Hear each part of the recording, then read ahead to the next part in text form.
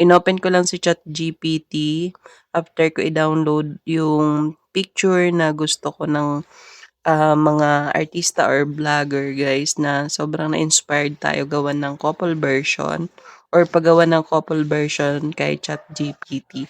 Katulad nitong ginagawa natin guys ay um, sineselect or pinipindot lang natin itong plus sign button dito sa baba ng ChatGPT. Sinesend natin dyan yung or ina-upload natin yung picture na inspiration natin para pagawan ng prompt sa kanya.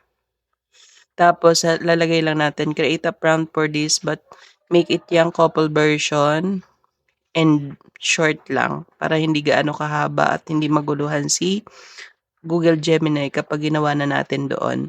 Once guys na nakapag-generate na si ChatGPT ng AI prompt based doon sa sinend natin sa kanya na inspiration na picture natin, pupunta na tayo agad guys sa Google Gemini para doon naman gawin or doon naman natin ipipaste yung prompt na nagawa ni ChatGPT para makita natin kung ano yung magiging result. So, once na nasa Google Gemini na kayo guys, katulad ng lagi kong tinuturo sa inyo ay same process pa rin naman. I-upload mo yung picture. Katulad nyan guys. I-upload ko lang yung picture namin mag-asawa. Tapos, lagi ko nilalagay guys, ito, with our face, we would like you to generate the following image. Ganyan palagi guys, para hindi mo na kailangang ulit-ulitin kay ChatGPT na wag niyang baguhin yung picture nyo or yung mukha nyo.